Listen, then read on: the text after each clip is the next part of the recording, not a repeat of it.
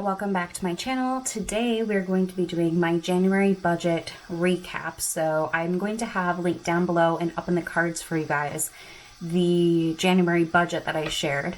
And today we're going to be looking at the actuals. We'll be kind of updating my goals, my savings rates, all sorts of fun financial data. So if you've never seen one of these before, hello, welcome. I am Maggie. I am a salaried employee. I'm paid once a month. But as you will see shortly, I do have other streams of income. So today I am drinking my blueberry tea because I live in northern Minnesota where it is currently negative 17 degrees outside. So just need a little bit of heat to warm me up from the inside. And let's go ahead and jump right in, shall we? Okay, so this is the budget sheet that I filled out with you guys together. So we did this column here, my budgeted column.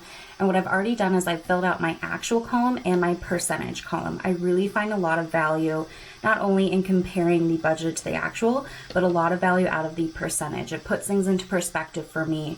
And I do believe that you can have multiple goals, like you can invest and pay off debt, but we'll talk about that when we get there. So before we dive too much in here, I want to talk about this actual income. So I budgeted $3,550 and my actual income was almost double that. It was $6,362.94. So that is quite a big jump. That's $2,812.94 more. So I want to talk about how I got that number. On the back of this worksheet, I keep track of, I call this my income report. And it's really, really simple to do something like this. You just write down the date. I track if it's active or passive income, which we'll talk about in a second, a quick, description, and then the dollar amount. So for me, my definition of active or passive income could be different than yours.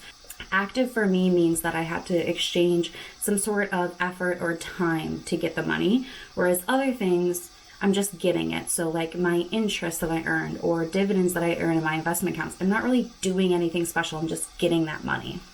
So from here, we've got my salary, 2 of my high interest savings accounts paid out to me.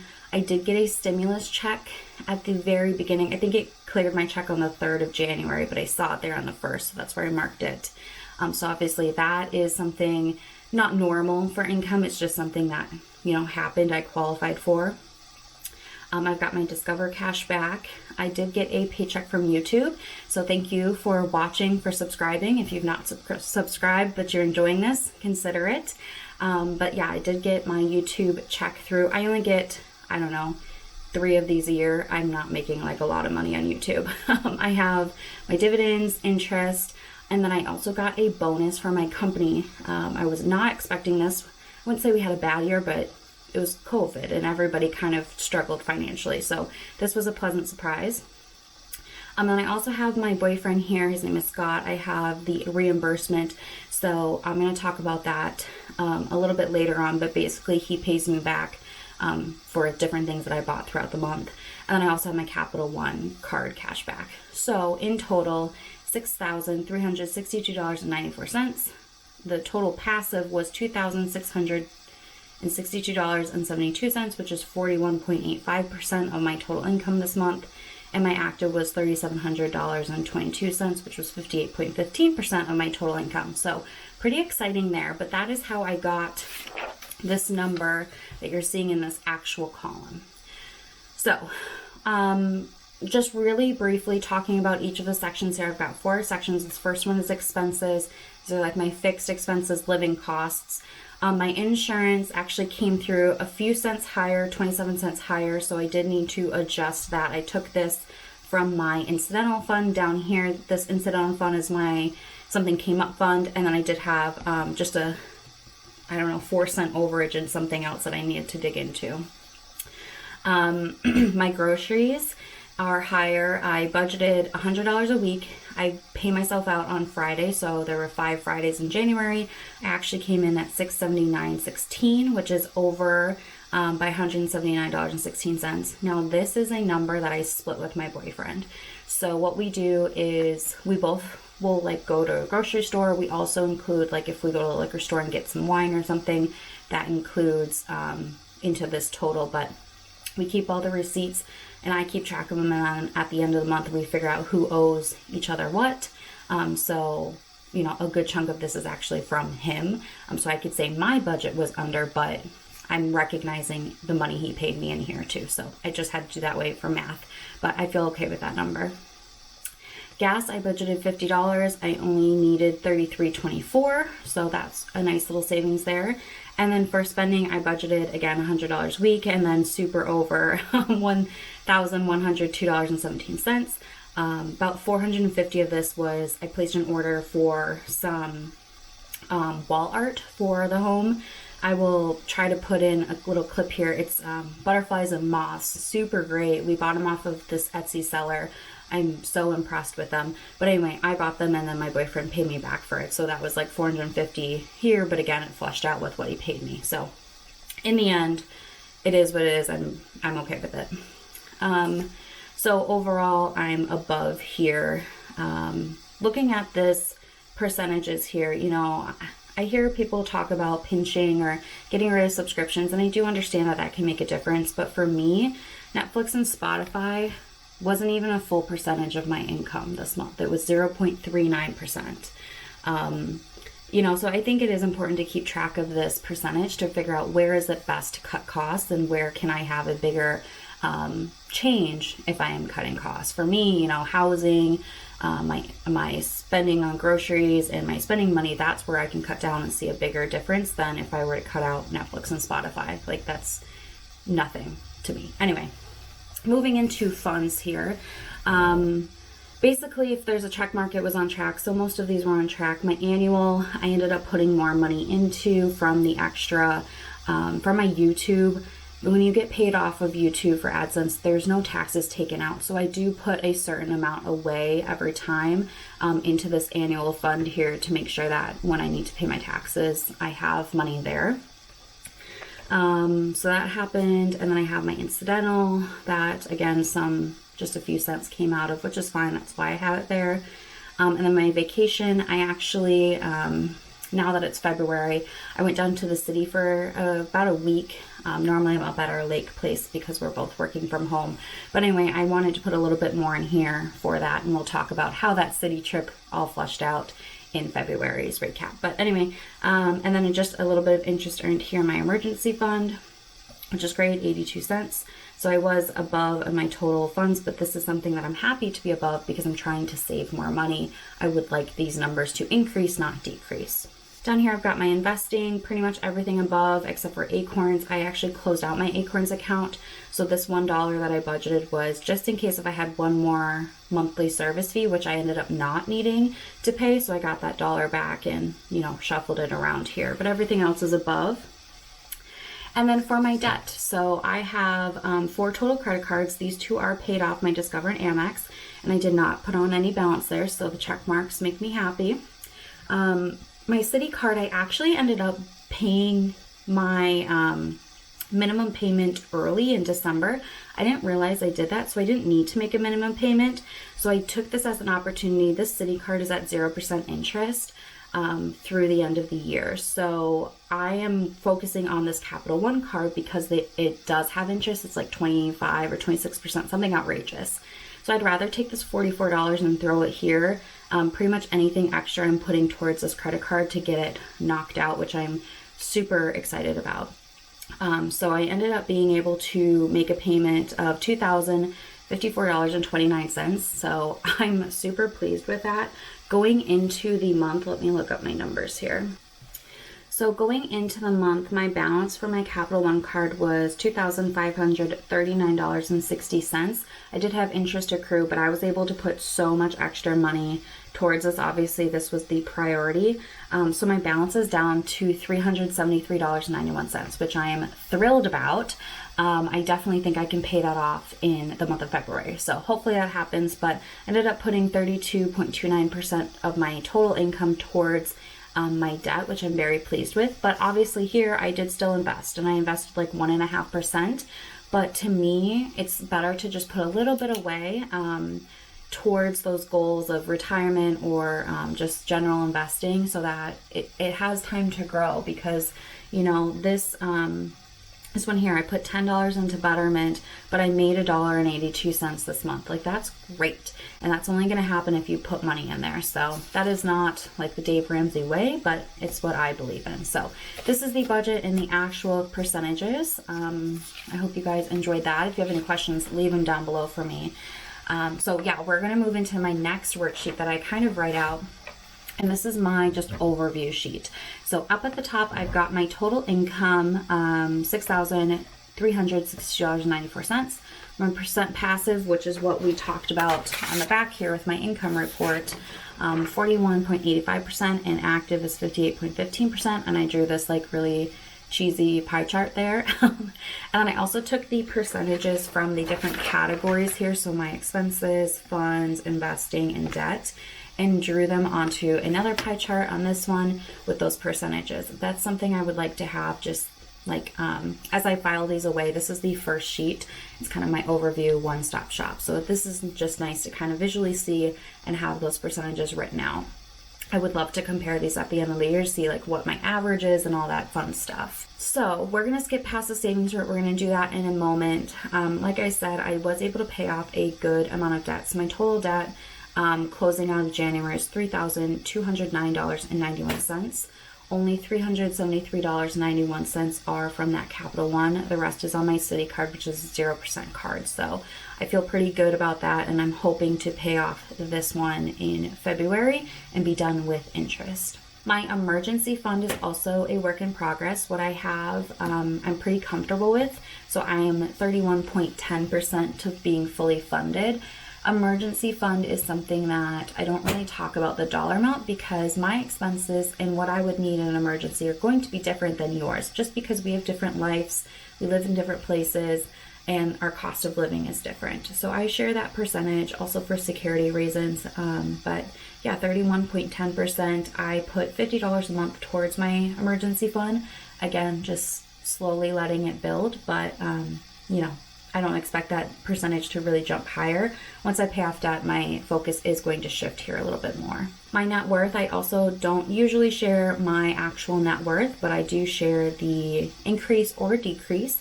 This past month, it increased by 7.25% by putting more money into savings and also by paying off quite a bit of debt there. My mortgage balance closed out the month at $149,479.77. So that is still rather sobering. But my percent paid off, we can calculate these numbers really quick here. Let me pull up my calculator. Hopefully you can see this okay. So for my percentage paid off, what I like to do, I like to take the amount of my original mortgage. So that was $160,000 for me. And I subtract my current balance, so $149,479.77. So this is how much I've already paid off, is over $10,000, and I am almost at 3 years of owning my home. So I feel pretty good about that. And then what I do is I divide this by the original loan amount, because that's how much is paid off. And I get a decimal, and I'm going to multiply that by 100. So I have paid off 6.57% of my mortgage. It's just one of those numbers that makes me feel good to track, so that's why I do it. The next one is percentage owned.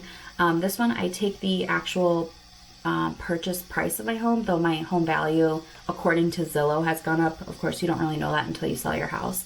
But I purchased my home for $200,000.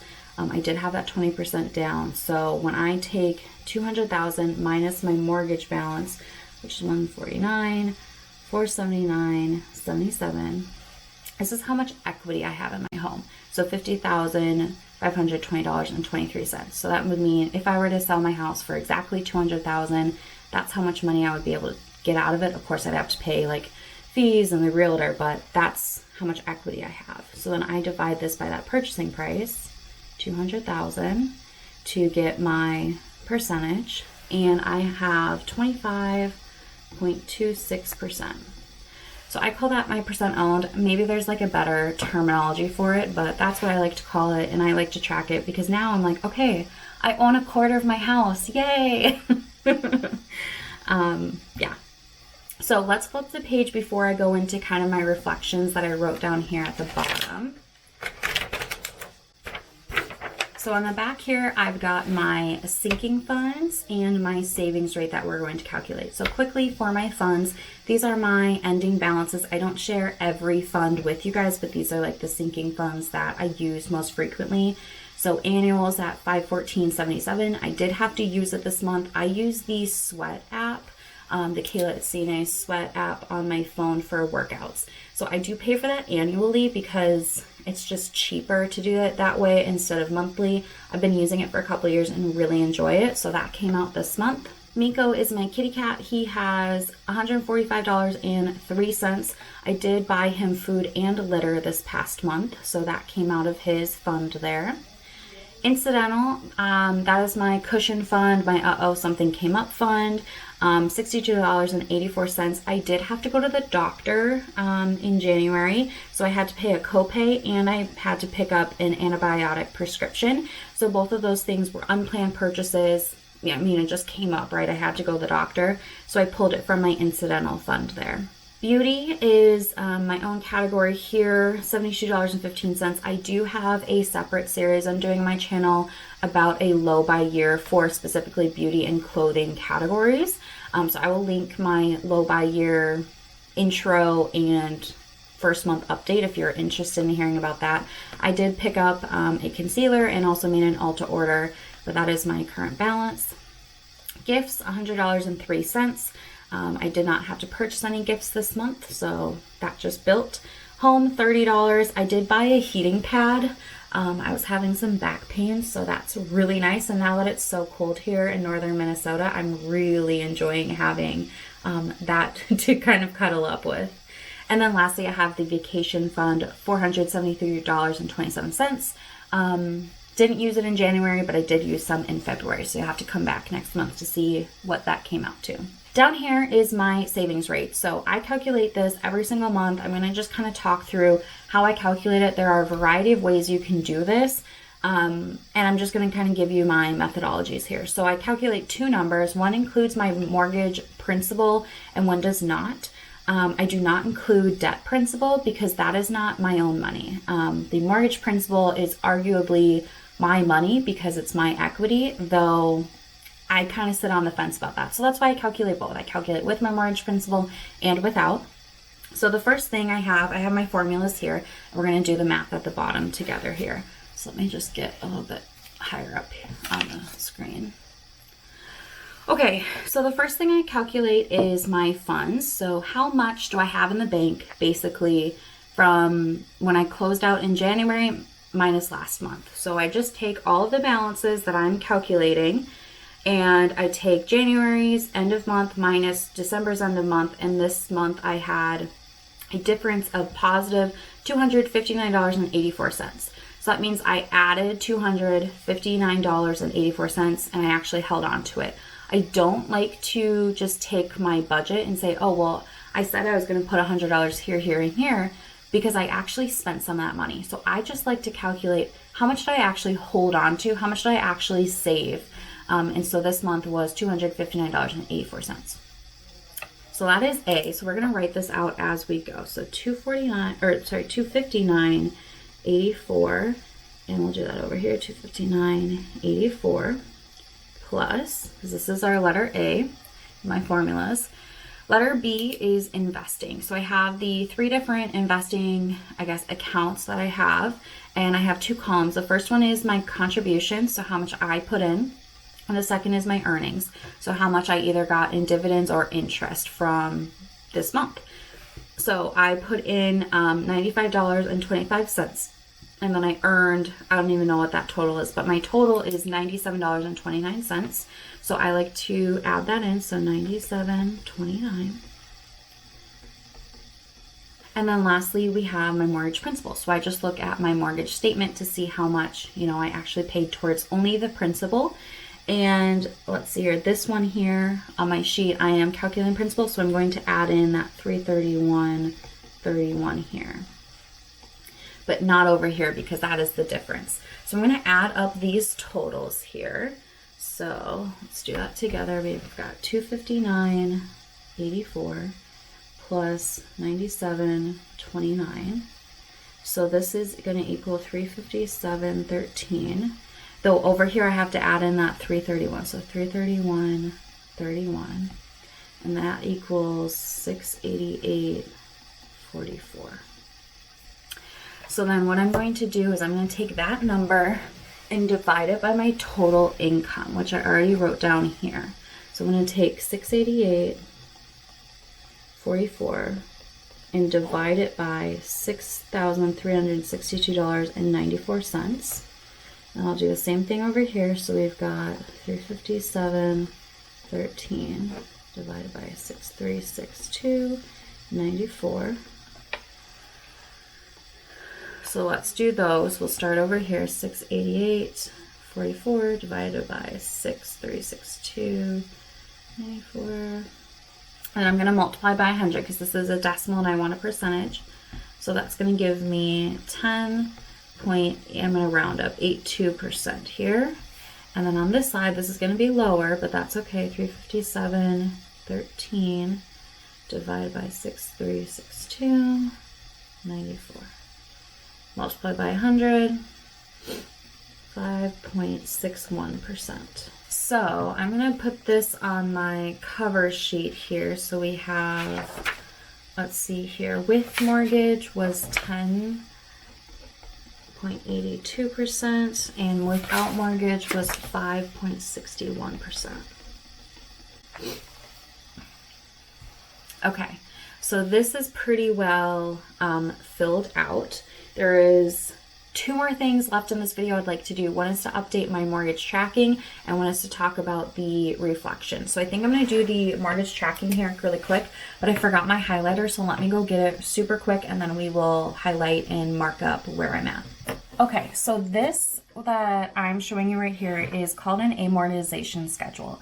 You can print one of these out for any loan or a credit card, you know, you're paying off. So I will link a website down below if you want to make one and print it off. But basically what it does is it tells you how much you would pay each month in principal and interest and what your remaining balance would be.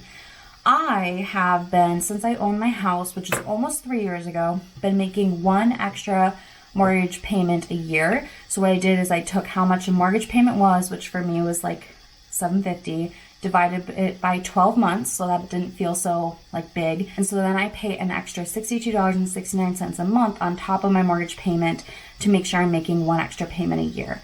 So with that, I am actually paying off my loan faster than expected because I'm making a larger payment. So what I like to do is I like to write in next to what my projections were, what my actuals were, and then I like to highlight how many months ahead I am on paying off my mortgage. Okay. So this first column is the interest. So I should have paid for January 2021 $492 in interest. I actually paid $483, right? Yep.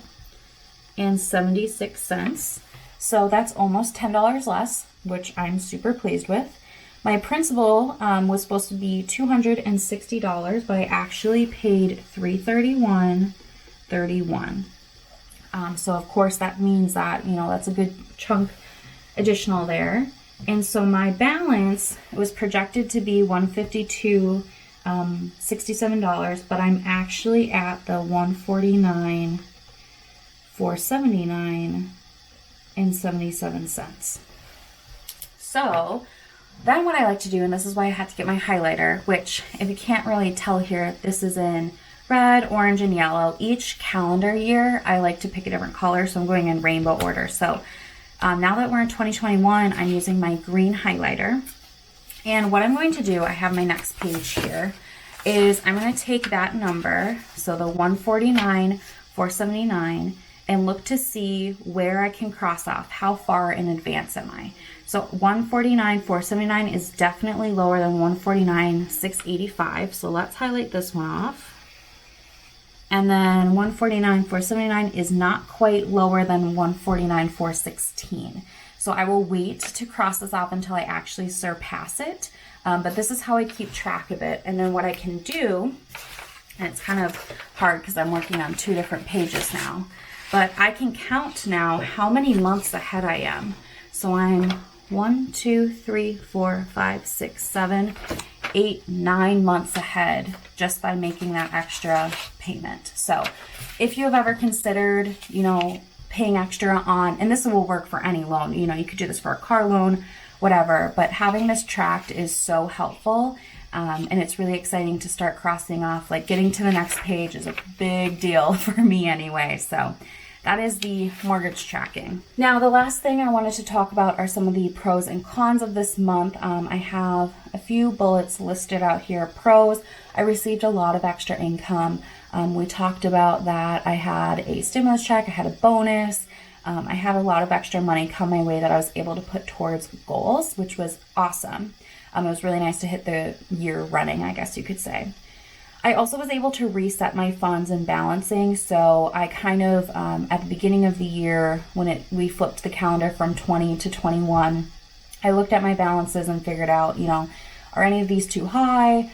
For example, my cat's fund, I kind of readjusted. He had, I don't know, like $200 or something in there, and I brought it down a little bit because I didn't feel like he needed all of that. So it was nice to just have a readjusting and rebalancing for the new year.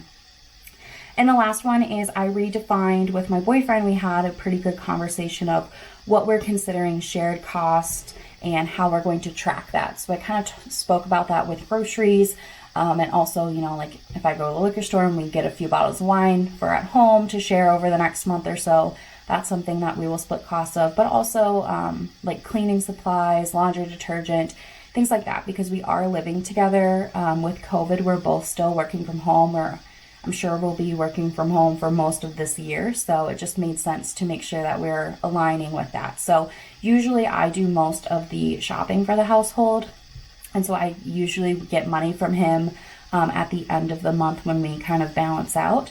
But if he does go, and picks up stuff from the grocery store too, we just put all of our receipts together and kind of hash it out at the beginning of the month. But that made me feel good to make sure that as our partnership and our relationship, we're feeling even and nobody feels kind of like they're spending more than they should or something like that.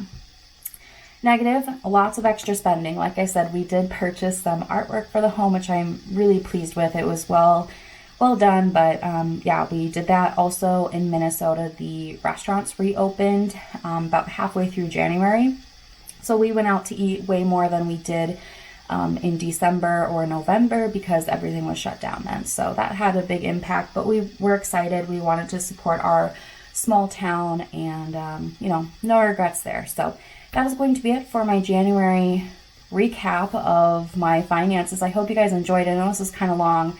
Hopefully I can cut it down a little bit more in the future. But if you have any questions or want to tell me your highs and lows for January, I'd love to know down below. And if you've made it this far, give me a thumbs up so I know. But otherwise, I hope you guys have an awesome day, and I'll see you in my next one. Bye.